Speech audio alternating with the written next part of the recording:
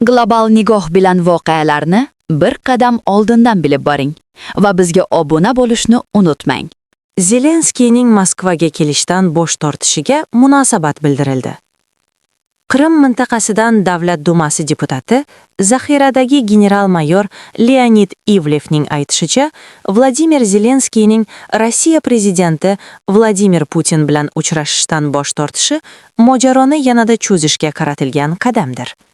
Avvalroq Zelenskiy Putinning Moskva shahrida uchrashuv o'tkazish taklifini rad etgan edi.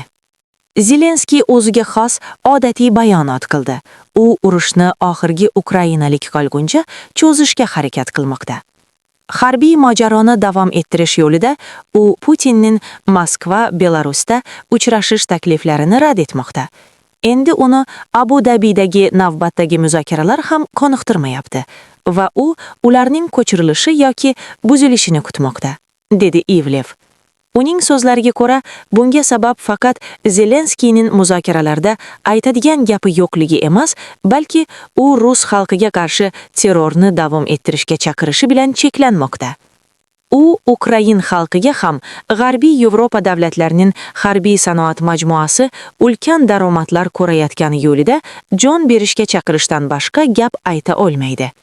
Aynan shu davlatlar Ukrain qurolli kuchlariga qurollarni shiddat bilan yetkazib bermoqda, dedi Ivlev. Avvalroq Rossiya prezidenti yordamchisi Yuriy Ushakov Putinning bir necha bor Zelenskiy muloqotga tayyor bo'lsa, Moskvaga kelishi mumkinligini aytganini ma'lum qilgan edi. Ushakovning ta'kidlashicha, Rossiya hech qachon Zelenskiy bilan aloqalardan bosh tortmagan, biroq bu aloqalar puxta tayyorlangan bo'lishi kerak.